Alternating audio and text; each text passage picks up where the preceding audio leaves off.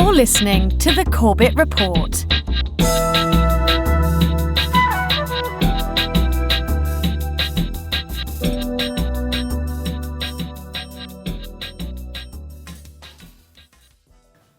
You have to hear this to believe this.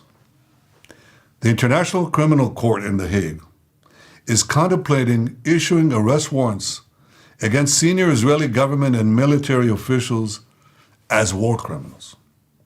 This would be an outrage of historic proportions. International bodies like the ICC arose in the wake of the Holocaust committed against the Jewish people. They were set up to prevent such horrors, to prevent future genocides. Yet now, the International Court is trying to put Israel in the dock. It's trying to put us in the dock as we defend ourselves against genocidal terrorists and regimes, Iran of course, that openly works to destroy the one and only Jewish state. Branding Israel's leaders and soldiers as war criminals will pour jet fuel on the fires of anti-Semitism, those fires that are already raging on the campuses of America and across capitals around the world. It will also be the first time that a democratic country fighting for its life according to the rules of war is itself accused of war crimes. Israel is not even subject to the court's jurisdiction, and it has an independent legal system that rigorously investigates all violations of the law. Rather, this ICC attempt is an attempt to paralyze Israel's very ability to defend itself. The government and people of Israel reject outright this grave threat to our security, this grave threat to our very existence. And I want to assure you, no ICC action will impact Israel's ironclad determination to achieve the goals of our war with Hamas terrorists. We will destroy Hamas's military and governing capabilities in Gaza. We will release all our hostages, and we will ensure that Gaza never poses a threat to Israel again. Israel expects the leaders of the free world to stand firmly against the ICC outrageous assault on Israel's inherent right of self-defense. We expect them to use all the means at their disposal to stop this dangerous move. 6 months after the terrible Hamas massacre of October 7th, 80 years after the horrors of the Holocaust, the Jewish state calls on decent people everywhere to reject this outrage by the ICC, to stand with Israel as we fight the barbarians of Hamas in Iran and as we work to secure a more peaceful world. Uh-oh. Looks like somebody's in trouble. Or is he? Yes, this is James Corbett of corbettreport.com. You are tuned into the Corbett Report podcast here in May of 2024, specifically episode 458 of aforesaid podcast, Meet Benjamin Netanyahu, Unconvicted War Criminal. And if you are the average Joe Sixpack on the bottom rung of the propaganda pyramid, you might be a little bit aghast at the thought that the ICC is even considering bringing war crimes charges against senior Israeli military and political officials, including, of course, Israeli Prime Minister Benjamin Bibi Netanyahu for their conduct in the ongoing Holocaust against the Palestinian people.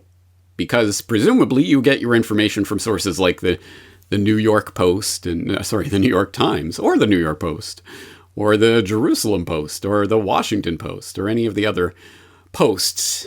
Or perhaps you get your information about the biographical details of someone like Netanyahu from sources like, Will There Ever Be a Rainbow? That's a different autobiography. Bibi, My Story, the officially sanctioned autobiography of Benjamin Netanyahu, which, by the way, I will confess, I have not subjected myself to. Or just regular old mainstream milquetoast pieces of propaganda like The Resistible Rise of Benjamin Netanyahu by Neil Lockerty, which is a piece of propaganda I have subjected myself to for the purposes of today's podcast. Don't say I don't ever do anything for you guys. So, why on earth would the ICC be considering, the International Criminal Court, be considering bringing war crimes charges against a poor innocent waif like Israeli Prime Minister Benjamin Netanyahu? Well, let's start from the top and just make sure that we understand the situation. And what better place to start than from the establishment prostitutes at foreignpolicy.com, founded, of course, by Samuel Clash of Civilizations Huntington, and for a long time edited by David Mini Kissinger Rothkopf. So you know it's a trustworthy source. Anyway, they had this article up recently. Can the ICC actually arrest Netanyahu? A former ICC president answers questions about the top court's jurisdiction in the Israel-Hamas war. So, spoiler, TLDR, theoretically, yes, but fat chance that the US is going to allow it. Anyway, let's start by just getting some details here. In the weeks following Hamas's October 7th attack on Israel last year, the top prosecutor of the International Criminal Court, the ICC, Karim Khan, repeatedly warned those engaged in the war to proceed with extreme care, specifically cautioning against using starvation as a weapon of war. 6 months on, with Gaza experiencing a full-blown famine and more than 75% of its population displaced, the Israeli and international media are abuzz with news about the ICC potentially issuing arrest warrants against senior Israeli officials, including Prime Minister Benjamin Netanyahu. All right, okay, fair enough. So what does this mean? And does the ICC have jurisdiction over Israeli nationals? The ICC can prosecute nationals of a state that is party to the Rome Statute.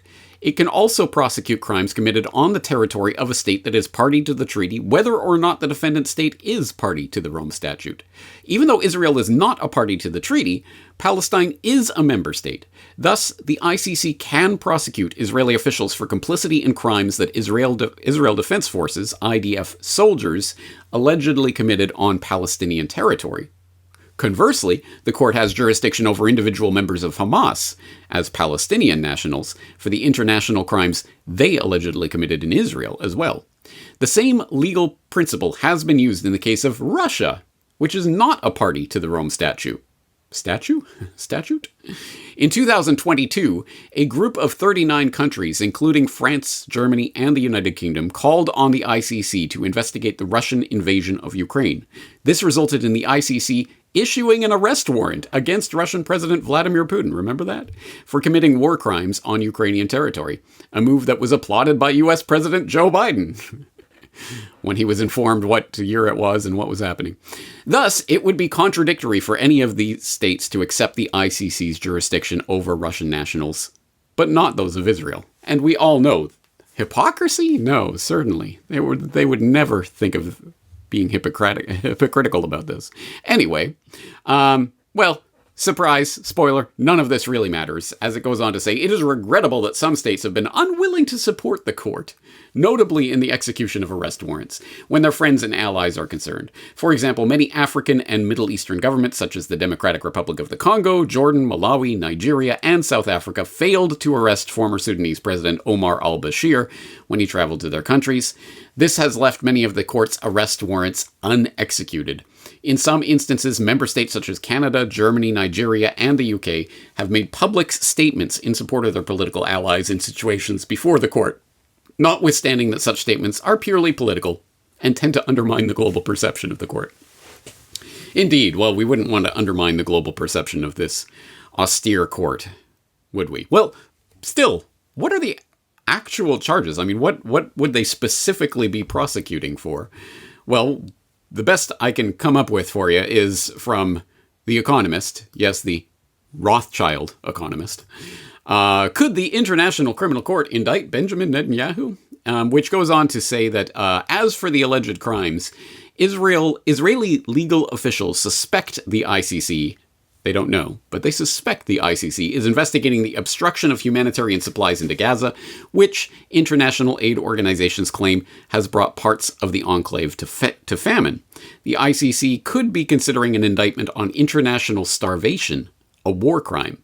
It might be partly based on the statements of some Israeli ministers, which suggested that Israel should impose a siege on Gaza and block all supplies to it in the wake of the October 7th attack.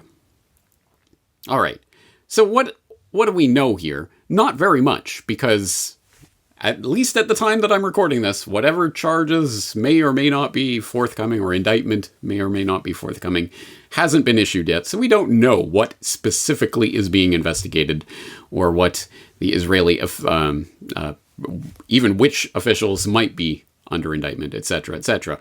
But, as already stated, number one, this is not going to happen.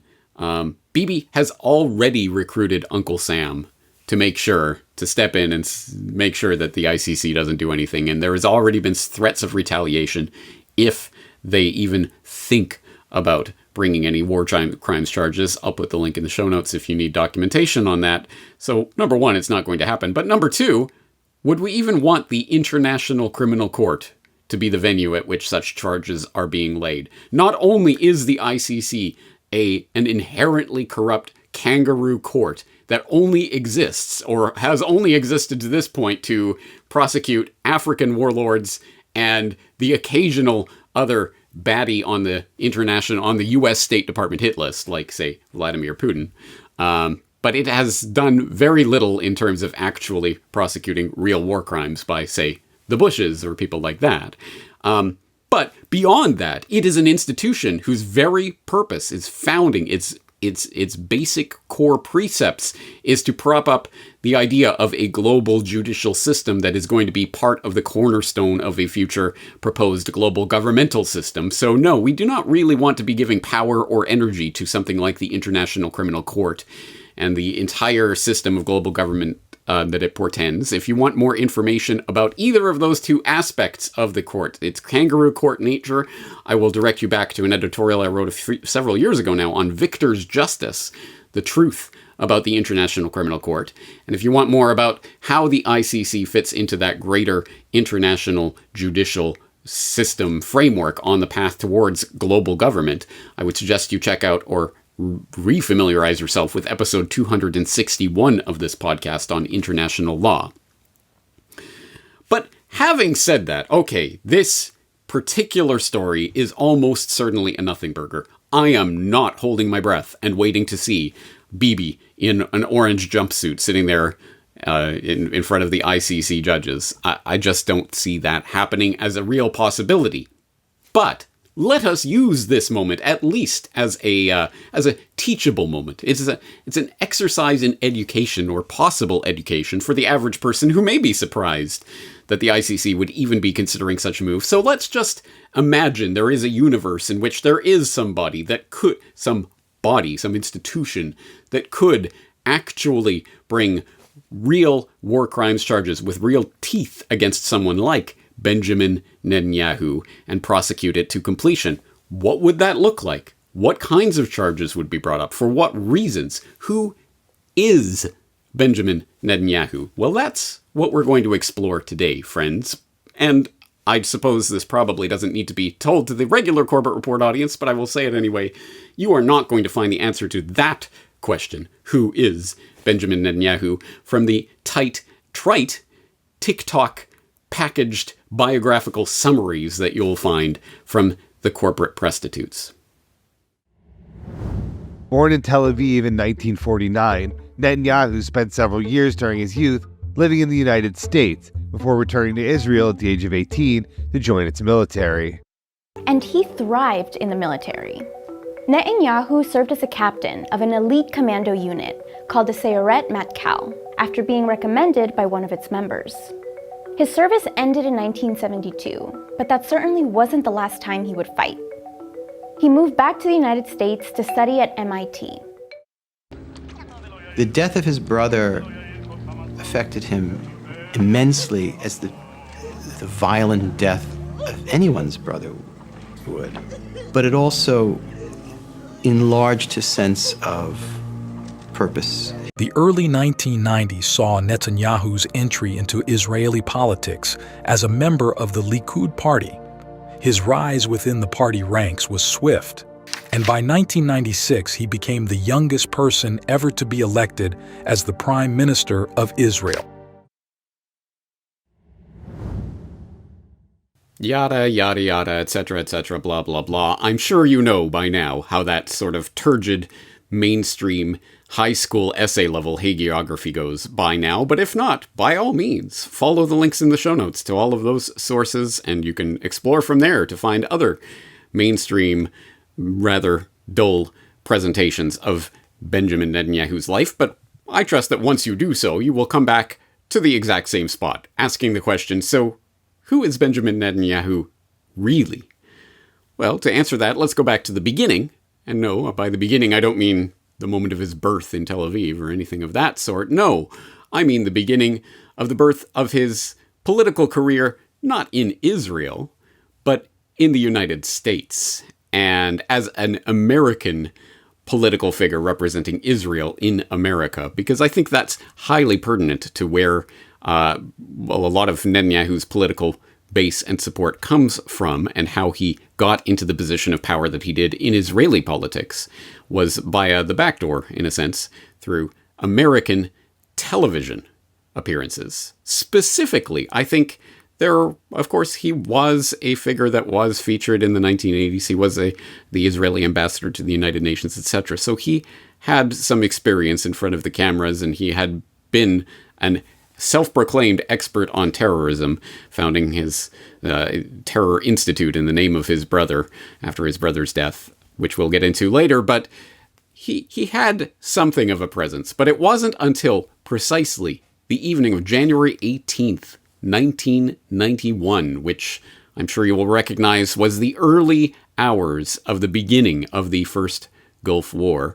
There in 1991, as Saddam's Scud missiles were threatening Israel, and you had those brave CNN reporters donning their gas masks to continue reporting from the front lines. Well, there was a dramatic interview that was conducted by CNN correspondent Linda Scherzer of Benjamin Netanyahu that was conducted, bizarrely enough, theatrically enough, in gas masks, just to really bring it home for the viewer just how dangerous the situation was, in which, well, Netanyahu very dramatically made some statements that really marked the beginning of his entry into the public consciousness in the United States and the world.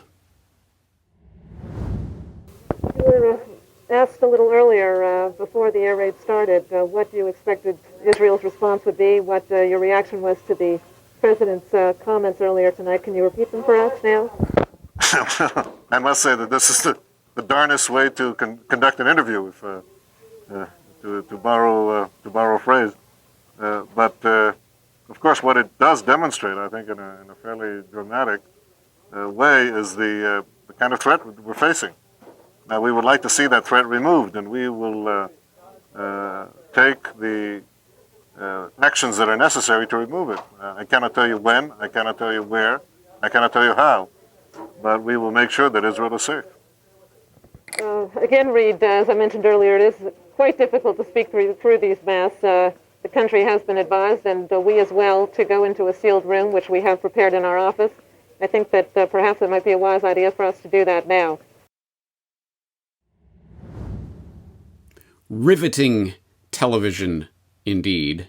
And of course, it did captivate the audiences of CNN, the credulous believers in the MSM, there in January of 1991, and did catapult Benjamin Netanyahu from a rather low-level apparatchik in the Likud party there in Israel into a position of international prominence, which certainly helped in his rise to political prominence in Israel.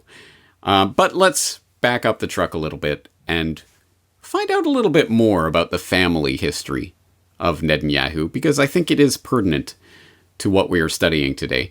Well, as most biographies of Benjamin Netanyahu will start with, Benjamin Netanyahu was the son of Ben-Zion. Netanyahu? ? Well, Netanyahu itself is a name that was adopted when the family Hebraized their name on their journey to Israel. But at any rate, Ben-Zion Netanyahu was Benjamin Netanyahu's father, and someone notable and often mentioned in the Israel history books on his own right. And we can get that, for example, from something like this. Likud's late grandfather, from Tablet Mag. It's the children of Irgun fighters who are known as princes of the Israeli right, but Benjamin Netanyahu was a scholar, not an underground militant. And this goes on to say that as a young immigrant living in the land of Israel, Benzion moved from Poland in 1920 at age 10. He became involved with the militant revisionist Zionist movement of Zeev Jabotinsky, editing a series of revisionist newspapers during the 1930s and 1940s. He also served as the private secretary to Jabotinsky during the movement leader's final years. Benjamin Netanyahu's affiliation with Jabotinsky certainly didn't make him popular in the Israel of the 1950s. At that time, Israel was dominated by the Labor Party of David Ben-Gurion, and it wasn't a friendly environment for veterans of the revisionist movement and its various military undergrounds, like the Irgun. But, don't worry, guys. Netanyahu's father, he was kind of in that mix of these Irgun militants and revisionist Zionist extremists, but he was more of an academic. He wasn't one of those guys, right? But still, Irgun. Where have I heard about the Irgun before? After a bomb explosion caused by terrorists on the British headquarters at Jerusalem, one entire corner of the King David Hotel, a building of 7 stories, was razed to the ground. The stone floors were cut clean. In scenes eerily reminiscent of New York 55 years later, the Jerusalem bomb was the beginning of terrorism as a media event, designed to capture the world's attention. The latest casualty list included 65 killed, 47 injured. The perpetrators, Zionist Jews, members of Menachem Begin's Irgun terrorist network. Begin, who would one day become Prime Minister of Israel, described this tactic as turning Palestine into a glass house, where the entire world was looking in. I think it was one of these acts of violence that ahead of its time, in an era before CNN, before instantaneous news, was choreographed precisely to attract international attention. We were a minority, but we were a minority with a clear ideology that we must have a Jewish state to rebuild the state which was existing many, many hundreds of years ago. The bombing of the King David Hotel was perhaps one of the most significant terrorist incidents of the 20th century. For many decades, it actually held the infamous record of having killed the largest number of people. In a fight for liberty, you have always those who are more, call them extreme, or more adamant, or call them staunch, and they want it immediately, not to wait for the Messiah. Oh, that's right. That Irgun, Zionist paramilitary organization that explicitly and consciously used acts of deadly terrorism in their quest to establish a homeland for the Jewish people in Palestine. And in the time of that attack on the King David Hotel in 1946, that organization was being led by Menachem Begin, future Israeli prime minister. And as was noted, the King David Hotel bombing stood for many decades with that grisly record of deadliest terrorist attack in the world.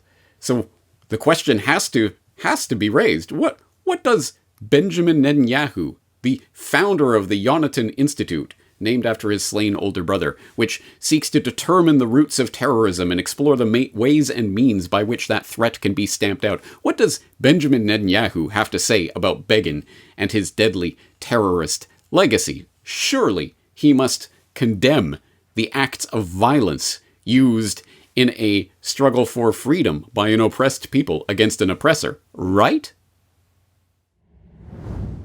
So in many ways, Menachem Begin symbolized the essence of our struggle for liberty. He fought for it, he sacrificed for it, he achieved it. And it is our struggle to be a free people in our ancestral homeland that guided his life, and he serves as an emblem and as an example for future generations because the battle is never over. Oh, of course. Yes, in fact, it gets even more disgusting than that appreciation of bloodletting and terrorism, as even Haaretz documents in an interesting article from a few years ago on Zionism's terrorist heritage, which talks about Netanyahu's penchant for getting up and moralizing about those dastardly Palestinian terrorists. But what Netanyahu did not say was that entire birthright trips could be built around the plaques and monuments which Israel has erected in recent years to honor the bombings and other terrorist killings committed by the members of the Irgun. It talks about that, of course, the paradigmatic terror event of the founding of the State of Israel, the King David Hotel bombing in 1946, the 60th anniversary of which was celebrated in a big gala festival attended by none other than Benjamin Netanyahu. At the two-day 60th anniversary event at the Menachem Begin Heritage Center in 2006, Netanyahu joined IZL veterans and academics who sought to prove once and for all that the bombers and gunmen of Begin's IZL and of future Prime Minister Yitzhak Shamir's radical Lehi Underground, which carried out high-level political assassinations, had been freedom fighters and not terrorists. The climax of the 60th anniversary observance was the unveiling of a large plaque near the King David commemorating the bombing. At the time, Simon MacDonald, the British ambassador to Israel, along with Consul General John Jenkins, wrote to the mayor of Jerusalem protesting the plaque. "We don't think it's right for an act of terrorism to be commemorated," they wrote. The British embassy added that there is no credible evidence that any warning reached British authorities. The text of the plaque was altered slightly, but the monument remained. And of course, Netanyahu was there to help unveil it. Awesome. Yes, this is exactly the type of person that Bibi Netanyahu really is.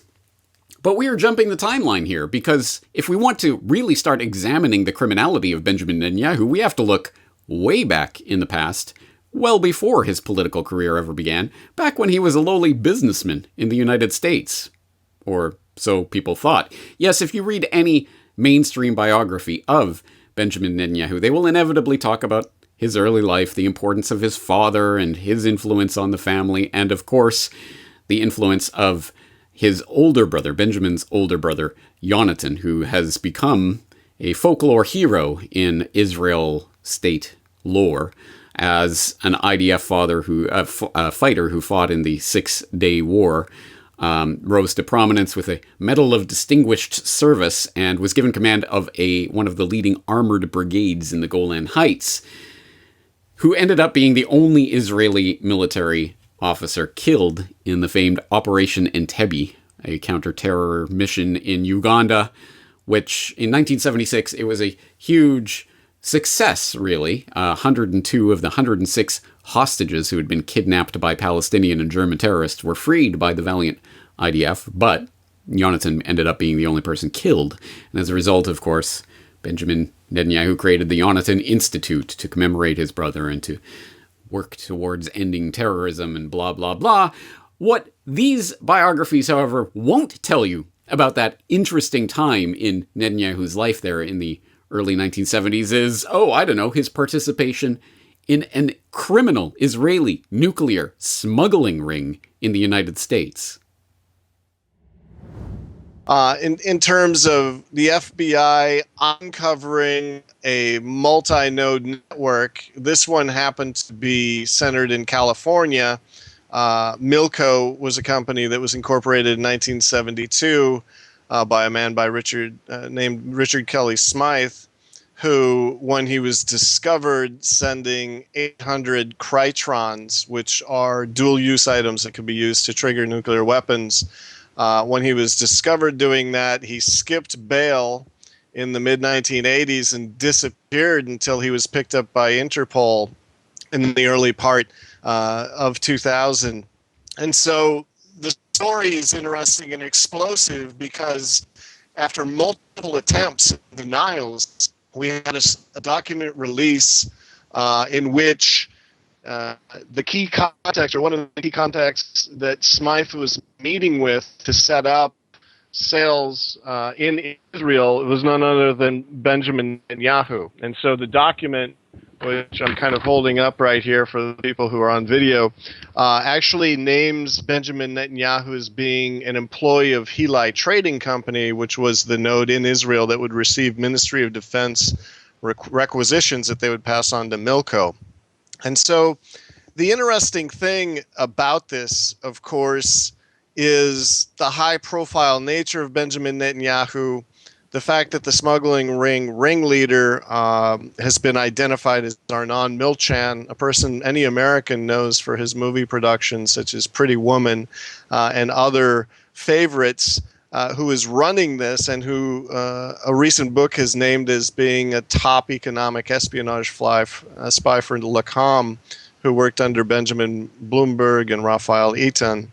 But the FBI document that we published on July 4 related to an antiwar.com story was really short and direct. And its core focus was on the fact that in a period when Netanyahu was building himself up as a leader in the terrorism industry, hosting major conferences, having just returned from his studies in the United States, hosting major conferences in the Jonathan Netanyahu Terrorism Institute, named after his brother who was killed on the raid on Entebbe.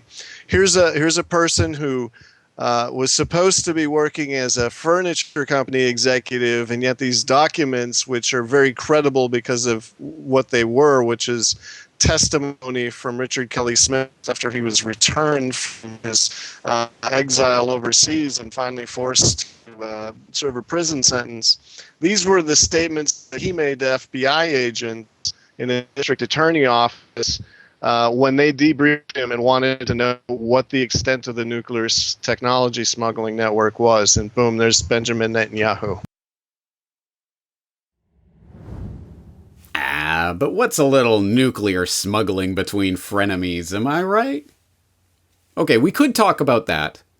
And if you are interested, I will, of course, direct you to the show notes for today's in-depth exploration at corbettreport.com/Netanyahu, where you can find out more about those details and many others.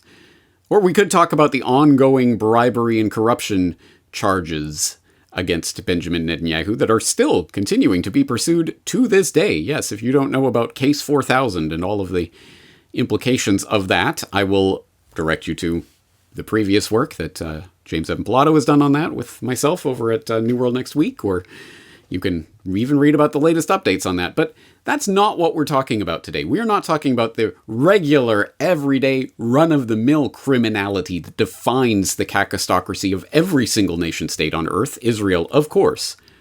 No exception. No, we're talking about crimes against humanity, war crimes, something much different, something presumably with much greater gravitas and much heavier implications. So where do we go to learn more about this concept of war crimes, crimes against humanity, crimes against peace? What does that mean? Well, let's take it from the horse's mouth. And in this case, we're going to talk about, of course, the Nuremberg trials and the Tokyo trials, those examples of exemplars of international justice that were set up after World War II explicitly so that we would not have victors' justice in the wake of World War II like we had with the Versailles Treaty at the end of World War I. No, this was going to be a proper establishing in law, in the principles and guidelines for future generations of the proper rule of conduct on the international stage, so that we will never again have crimes against peace, crimes against humanity taking place, or at least not in a way that they would not be prosecutable. Right? Well, okay, as conspiracy realists in the crowd will no doubt interject, yes, well, of course, the Tokyo trials and Nuremberg actually ended up being the paradigmatic examples of victor's justice and the most egregious kind, but that being pushed aside for the moment, let's just see what these are the ideals, the principles that were espoused in international law that we know that will never be actually applied on an equal footing, and that the ICC or any other globalist institution is never actually going to wield. But let's see what they are. Let's look at the Charter of the International Military Tribunal for the Far East, which established the jurisdiction of that court, which was presuming to rule over primarily the Japanese defendants at that time. And it's Article 5 notes jurisdiction over persons and offenses. The tribunal shall have the power to try and punish Far Eastern war criminals who, as individuals or as members of organizations, are charged with offenses which include crimes against peace. The following acts, or any of them, are crimes coming within the jurisdiction of the tribunal for which there shall be individual responsibility. So, let's see if Benjamin Netanyahu might be guilty of any of these types of crimes. Number 1, crimes against peace, namely the planning, preparation, initiation, or waging of a declared or undeclared war of aggression, or a war in violation of international law, treaties, agreements, or assurances, or participation in a common plan or conspiracy for the accomplishment of any of the foregoing. Number 2, conventional war crimes, namely violations of the laws or customs of war. And number 3, crimes against humanity, namely murder, extermination, enslavement, deportation, and other inhumane acts committed before or during the war, or persecutions on political or racial grounds in execution of or in connection with any crime within the jurisdiction of the tribunal, whether or not in violation of the domestic law of the country where perpetrated. Leaders, organizers, instigators, and accomplices participating in the formulation or execution of a common plan or conspiracy to commit any of the foregoing crimes are responsible for all acts performed by any person in execution of such plan. Again, a very high-minded ideal. Can you imagine if that was applied across the board and without thinking about the particular allegiance of any given person who is accused of such crimes? Well, let's do that and see if that does apply to Benjamin Netanyahu. So let's see. Well, for example, we could turn to the waging of the illegal war of aggression of the United States in Iraq in 2003, which is quite widely recognized as an illegal war at this point. And who was there cheerleading for that war and presumably then guilty of, number 1, crimes against peace, the planning, preparation, and initiation, let alone the waging, of a declared or undeclared war of aggression. So did Netanyahu have any role to play in the U.S. illegal invasion of Iraq? And I must be honest and fair. This is not a court of law. This is not a question of legalisms. It's a question of a realistic assessment of a threat, a palpable threat to our common civilization. There is no question whatsoever that Saddam is seeking and is working and is advancing towards the development of nuclear weapons. No question whatsoever. And there is no question that once he acquires it, history shifts immediately. If you take out Saddam's regime, I guarantee you that it will have enormous positive reverberations on the region. The application of power is the most important thing in winning the war on terrorism. If I had to say, what are the 3 principles of winning the war on terror? It's like, what are the 3 principles of real estate, the 3 L's, location, location, location? The 3 principles of winning the war on terror are the 3 W's, winning, winning, and winning. The more victories you amass, the easier the next victory becomes. The first victory in Afghanistan makes the second victory in Iraq that much easier. The second victory in Iraq will make the third victory that much easier too, but it may change the nature of achieving that victory. It may be possible to have implosions taking place. I don't guarantee it, Mr. Turney, but I think it makes it more likely, and therefore I think the choice of Iraq is a good choice. It's the right choice. Yeah. Initiation of a war of aggression? Well, check there, but how about the planning of that war? Well, it's an interesting tidbit that will be known to viewers of the False Flags documentary, The Secret History of Al-Qaeda, available at corbettreport.com/Al-Qaeda, all one word, that, in fact, the plan for toppling Saddam Hussein in the wake of 9/11, basically pinning the false flag events of September 11, 2001 on Saddam Hussein and using that as an excuse to topple the Iraqi regime, that was really a plan that was forwarded over Not from the Project for a New American Century, which, as I'm sure people know by now, was that gaggle of neocons who, from the time of the late 1990s onwards, was calling for the toppling of Saddam Hussein, but from a document called Clean Break, a new strategy for securing the realm, which was a policy planning document that was put together by a study group led by Richard Pearl, involving Douglas Feith, David Wurmser, and other people who would go on to become the core neocons infesting Bush's Pentagon, who took that plan, originally forwarded in the Clean Break document, and made it operational. And wait, who was that Clean Break document actually prepared for? Oh, that's right. Israeli Prime Minister Benjamin Netanyahu. In 1996, a group of prominent neoconservatives, including Richard Pearl, Douglas Feith, and David Wurmser, wrote a report for then Israeli Prime Minister Benjamin Netanyahu, titled A Clean Break, a New Strategy for Securing the Realm. The report urged Israel to shape its strategic environment by weakening, containing, and even rolling back Syria.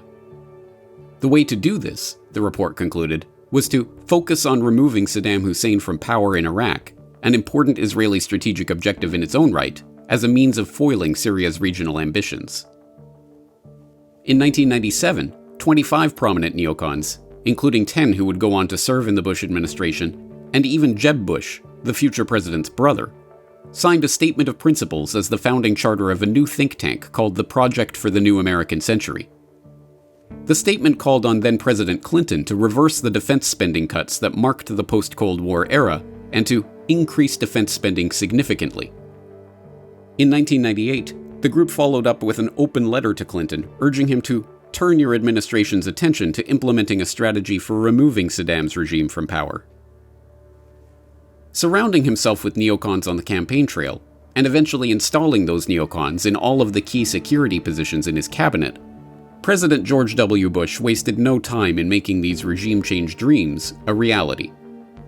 As Treasury Secretary Paul O'Neill later revealed, at his first major National Security Council meeting, held just 10 days into the new administration, President Bush tasked Secretary of Defense Donald Rumsfeld and Joint Chiefs of Staff Chairman Hugh Shelton to begin preparing options for the use of U.S. ground forces in the northern and southern no-fly zones in Iraq to support an insurgency to bring down the Saddam regime. The second National Security Council meeting of the Bush administration, held 2 days later, also discussed regime change in Iraq, with one briefing document at the meeting marked secret and bearing the title, Plan for Post-Saddam Iraq.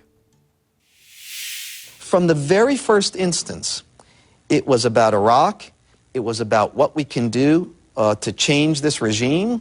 Now, everybody else thought that grew out of 9/11. No. But this book says it was day one of this administration. Day one, these things were laid and sealed. You know, come to think of it, maybe that's why Netanyahu was caught in the wake of 9/11 openly gloating about how the events of September 11, 2001 were great for Israel. The Israeli newspaper Ma'ariv has reported Israel's former Prime Minister Benjamin Netanyahu has publicly said the September 11th attacks have been good for Israel. Netanyahu said, quote, "We're benefiting from one thing, and that is the attack on the Twin Towers and Pentagon and the American struggle in Iraq." End quote. Netanyahu then reportedly said these events, quote, "swung American public opinion in our favor." I'll invite you to stew on that in your own time, but meanwhile, yes, okay, anyway, crimes against peace, yes, all right, check mark. But what did unconvicted war criminal Benjamin Netanyahu learn from the lessons of the Iraq War? That it's wrong to call something preemptive self-defense as a way of masking the reality of an illegal war of aggression? No. That it's a sin to slaughter untold scores of men, women, and children, and to decimate a country, ruin its infrastructure, and set it on a path towards destruction in the interests of pursuing your own geopolitical objectives? Hardly. No. No, the lesson that Netanyahu learned from all of that was that, hey, all of that's a really effective strategy. And so he doubled, tripled, and quadrupled down on that strategy in the ensuing years in what became an escalating series of ever more cartoonish and outlandish presentations, essentially attempting to wag the U.S. dog into an illegal war of aggression against Iran. If these are the facts, and they are, where should a red line be drawn? A red line should be drawn right here.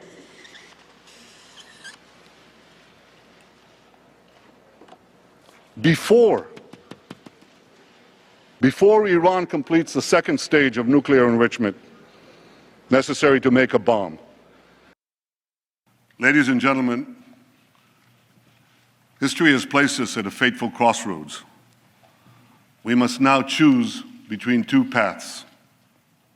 One path leads to a bad deal that will at best curtail Iran's nuclear ambitions for a while, but it will inexorably lead to a nuclear-armed Iran whose unbridled aggression will inevitably lead to war.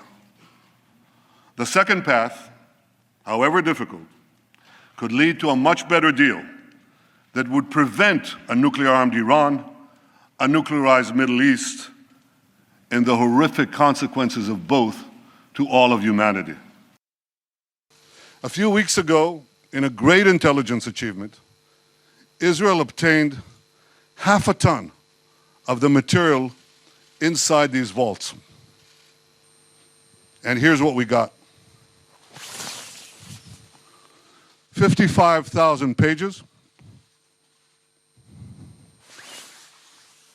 another 55,000 files on 183 CDs. Everything you're about to see is an exact copy of the original Iranian material. Above all, Iran must face a credible nuclear threat. As long as I'm Prime Minister of Israel, I will do everything in my power to prevent Iran from getting nuclear weapons.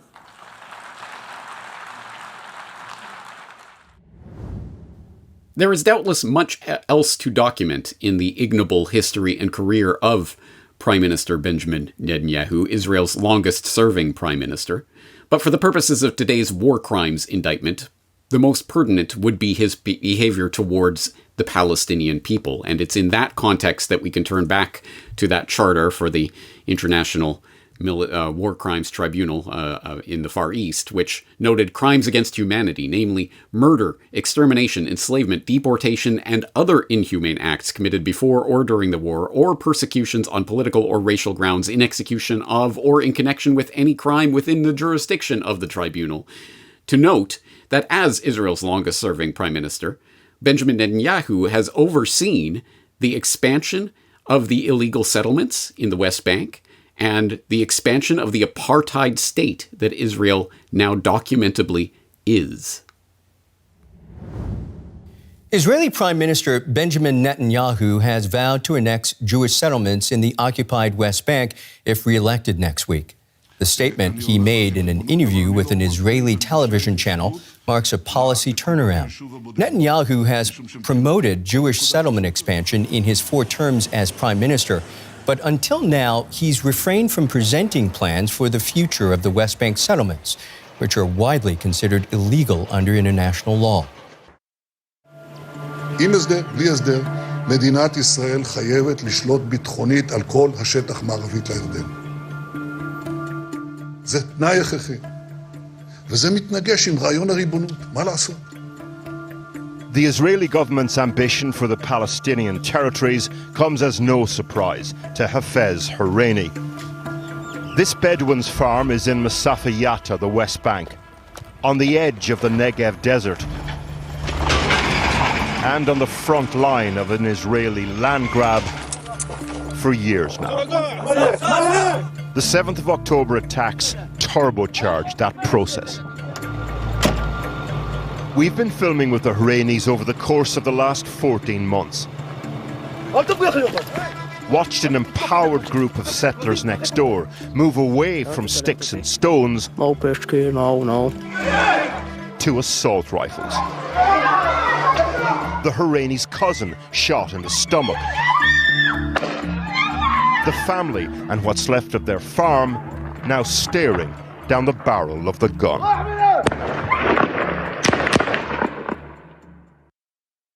Military checkpoints, Jewish-only roads and towns, color-coded ID cards, and a separate set of laws for Palestinians and Israelis. This is the reality of life for millions of Palestinians living under Israeli control.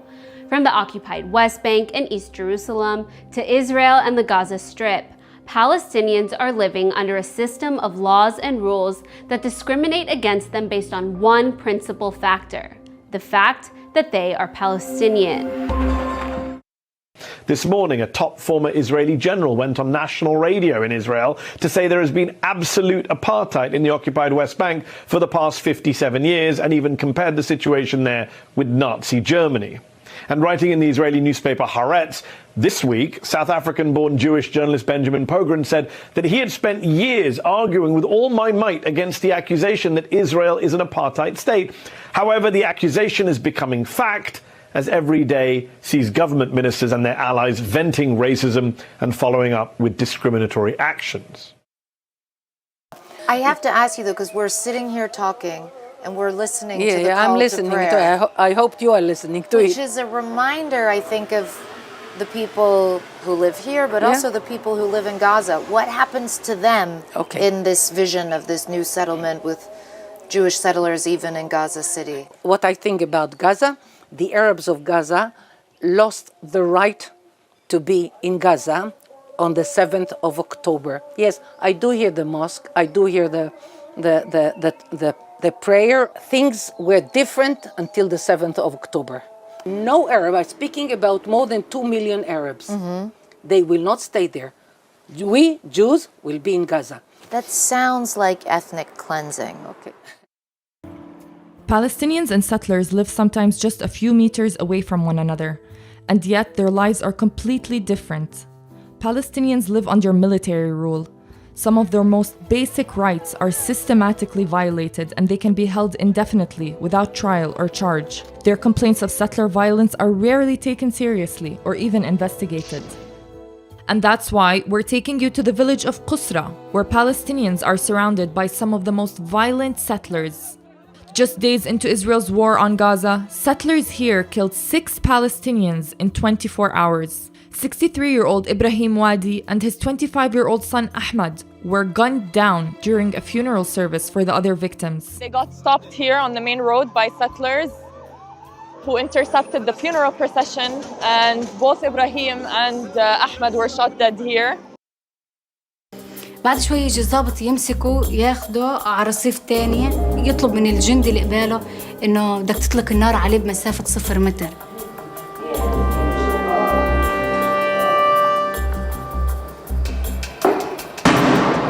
فأنا صرخت، هاي كانت أكبر يعني لحظة لإلي خوف. As disgusting, as egregious, as fundamentally disturbing as these wanton acts of inhumanity against the Palestinian people are, it needs to be reiterated that not only are the people who individually are performing those actions obviously legally accountable for those actions, but also leaders, organizers, instigators, and accomplices participating in the formulation or execution of a common plan or conspiracy to commit any of the foregoing crimes are responsible for all acts performed by any person in execution of such plan. Well, as disturbing, as disgusting as those actions are, it's only the thin edge of a very large wedge presided over by the instigator, planner, formulator of those actions, Israel's longest-serving Prime Minister, Benjamin Netanyahu. And that is where we broach the other broad category of crime that falls under the purview of these international military tribunals, so-called conventional war crimes. A misnomer, of course, because there's nothing conventional about these crimes at all. They are fundamentally sickening. Now, we could look at many examples of conventional war crimes that have taken place under the stewardship of Prime Minister Benjamin Netanyahu and his many, many years in office. But let's look, for example, at the 2014 Operation Protective Edge, announced by Netanyahu, which, unlike previous examples of Israeli military incursions and war crimes committed against occupied Palestine, actually started to get attention even in the controlled corporate media, even in the United States, let alone elsewhere in the Western world, for the absolute wanton criminality of the acts that were being performed in the waging of that war. Today we expanded our operations against Hamas and the other terrorist groups in Gaza. We'll continue to protect our civilians against Hamas attacks on them. Now, Hamas, by contrast, is deliberately putting Palestinian civilians into harm's way. It embeds its terrorists in hospitals, in schools, in mosques, apartment buildings throughout the Gaza Strip. Hamas is thus committing a double war crime.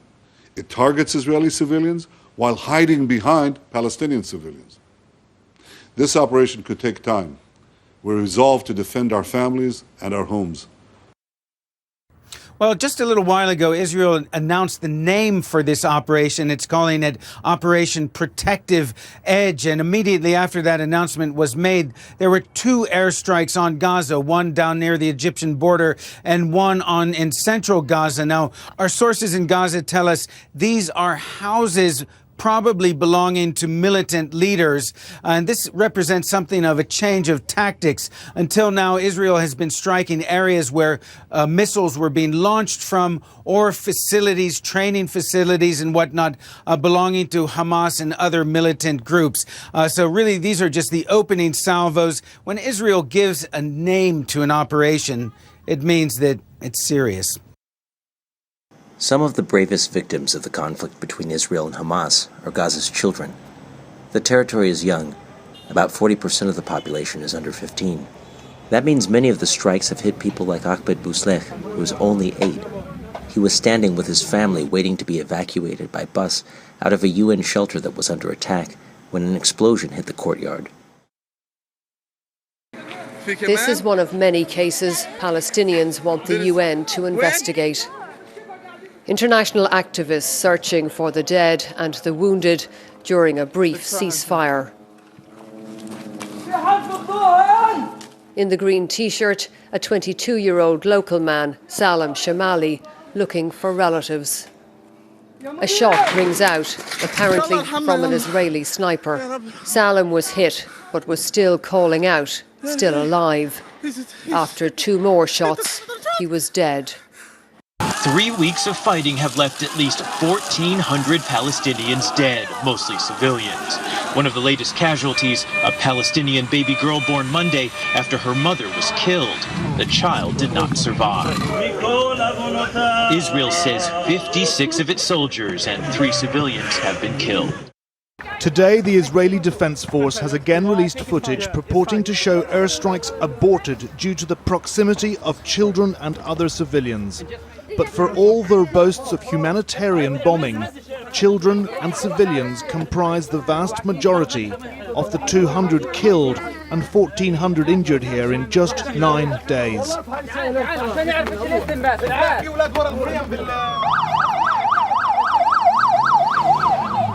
It was then we learned that a third shell had killed 4 children minutes later, just down the beach.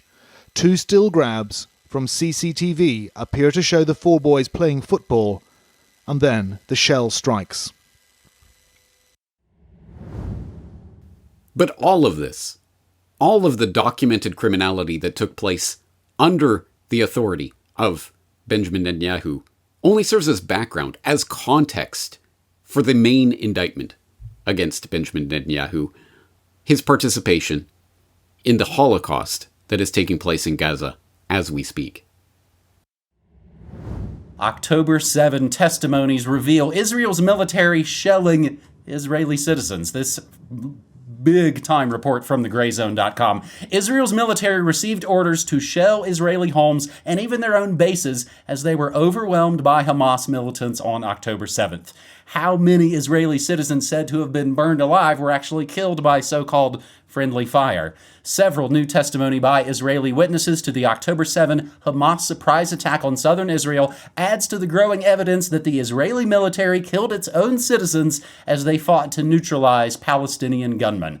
Tuval Eskapa, a member of the security team for Kibbutz Be'eri, set up a hotline to coordinate between kibbutz residents and the Israeli army. He told the Israeli newspaper Haaretz that as desperation began to set in, quote, the commanders in the field made difficult decisions, including shelling houses on their occupants in order to eliminate the terrorists along with the hostages, end quote. Thursday's attack has been described as a massacre of civilians. Hundreds of starving Palestinians had gathered to collect food aid when they were attacked. Israel's army says its soldiers were forced to open fire because they felt threatened by the crowds. Major story overseas tonight, the deadly Israeli airstrike killing 7 aid workers delivering food to Gaza. One of the workers, a U.S. citizen. You will see the images here tonight, what was left behind. You can actually see the convoy clearly marked. It was struck 3 times. They had alerted the Israelis beforehand.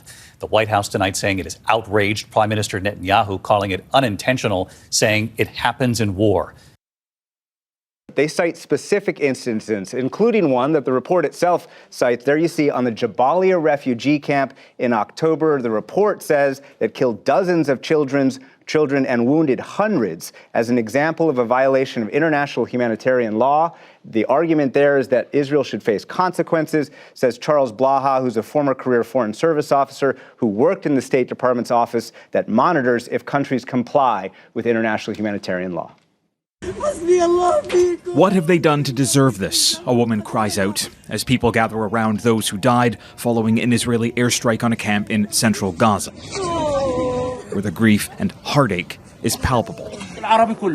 Enough. Find a solution for us, this man says, surrounded by the ruins of his neighborhood.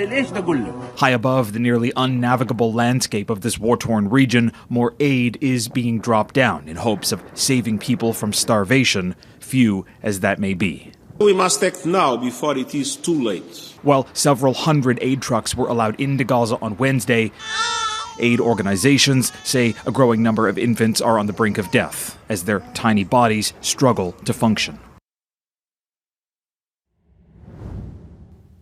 Now, all of this orgy of evidence that we have been looking at today, is still only scratching the surface of the criminality of the Netanyahu regime.